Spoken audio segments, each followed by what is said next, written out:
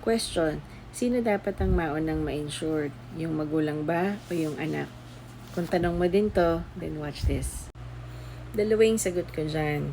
No? Pero una, ang sagot ko dapat, una mo nating i-insure is yung parent or yung magulang.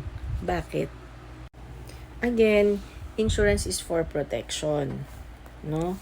Protection for our income, protection for our health, ganyan. Protection for financial loss. No? So, kaya mo ini-insure yung sarili mo or you insure something because there is a financial loss kapag yung isang tao or isang bagay ay nawala. 'Di ba? Kaya may insurance. Ngayon, kung tatanungin tayo kung sino ba yung unang dapat ma-insure between a parent or a child, syempre, una dapat yung magulang kasi siya yung may income eh. Kung mawala yung magulang, merong dependent yan, may anak. So, paano yung anak pag namatay siya or pag nawala siya? No? Ito, set aside lang natin feelings ha. What if mauna yung anak? Is there a financial loss? No? Wag lang, kunwari hindi health issue, bigla lang, yung bigla ang pagkamatay. Ganyan, ng bata. May financial loss ba kapag nawala yung anak? Dependent ba yung magulang sa bata? Di ba hindi? So, yun yung unang sagot. Kailangan yung magulang muna kasi nga, siya yung nagpapaaral sa anak, may nakadepende sa kanya. So, siya yung una nating i-insure.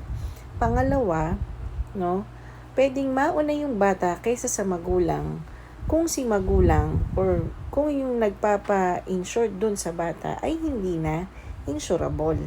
Ibig sabihin, baka may sakit na to or baka sobrang, katandaan na rin at may sakit na, no, masyado nang mahal kung ikukuha siya ng insurance. Kaya, yung anak na lang niyang bata, yung kanyang i-insure kesa sa sarili niya.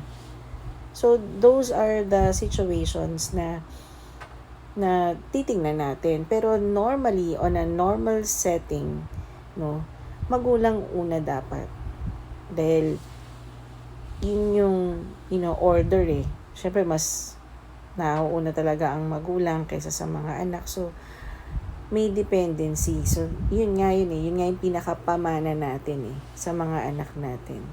So, kung ikaw, pinag-iisipan mo kung sino ba talaga ang una mong kailangang i-insure, sarili mo ba o yung anak mo. I hope this video answered your question. And if you have more questions, tungkol sa ano ba dapat ang kunin mong plan or para sa anak mo, don't hesitate to message me. I'll help you find that plan for you.